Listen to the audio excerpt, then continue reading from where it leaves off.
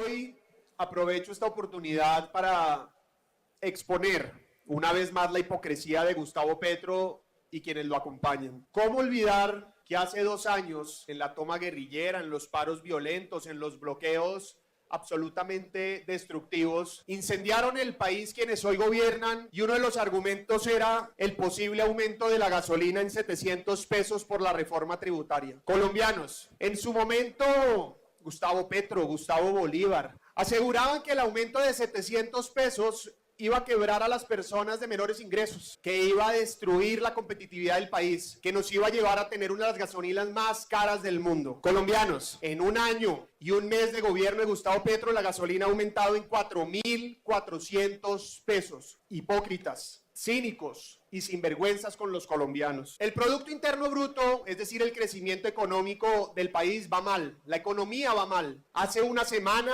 el DANE reportó un crecimiento prácticamente nulo, inexistente, de 0.3%, es decir, una economía que no progresa, es una economía que no produce empleo, y si no se produce empleo, hay más pobreza. Esa es una ecuación que este gobierno no quiere entender, pero es una ecuación que ha sido fundamental en cualquier país desarrollado y sin pobreza del mundo. Las importaciones durante este gobierno han disminuido en 16%, las exportaciones han disminuido en 6%. El consumo, el ahorro, la inversión de los colombianos cada vez es menor. Y como dice el Banco de la República, la incertidumbre que genera este gobierno, especialmente imponiendo una agenda antisocial y anacrónica, evidentemente ha hecho que las expectativas de crecimiento de las empresas cada vez sean menores. Este gobierno confunde el crecimiento económico con beneficio para los ricos, no entiende que defendemos nosotros desde el Centro Democrático y yo personalmente el crecimiento económico como un medio, no como un fin para superar la pobreza y generar oportunidades. Crecimiento económico es más empleo es menos pobreza. Pero además, este gobierno en un momento de inflación donde no ceden los precios de los alimentos, insiste en subir el precio de la gasolina. Yo por eso quiero aprovechar esta oportunidad además para reconocer a los colombianos, a los promotores, a los líderes, a los organizadores y a cada ciudadano que salió a marchar en contra de la alza de la gasolina. La movilización ciudadana sí funciona y no podemos rendirnos. Este es un mensaje para que todos los sectores del país se movilicen con causas concretas. Hace 2 meses la movilización del 20 de junio logró tumbar la reforma laboral que de ahora de manera secreta este gobierno vuelve a impulsar. Pero colombianos, este gobierno hipócrita que le ha subido 4.400 pesos a la gasolina ahora quiere subir el ACPM, el diésel al final del año. Eso no se puede permitir. Insisten que el aumento de la gasolina solo afecta a los más ricos. Falso, afecta a todos los colombianos. Pero además, dice el DANE que la inflación se explica en un 30% por el aumento de la gasolina. Un paralelo interesante es la inflación en Estados Unidos en su momento, que tenía una inflación empujada por los precios de los alimentos y por el otro lado por el precio de la gasolina.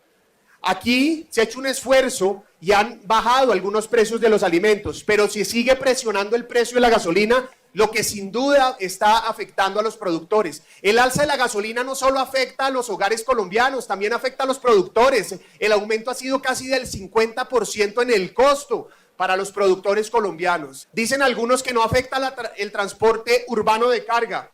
Colombianos, el 15% del transporte de carga urbana depende de gasolina. Dicen algunos que el transporte público de pasajeros no se afecta.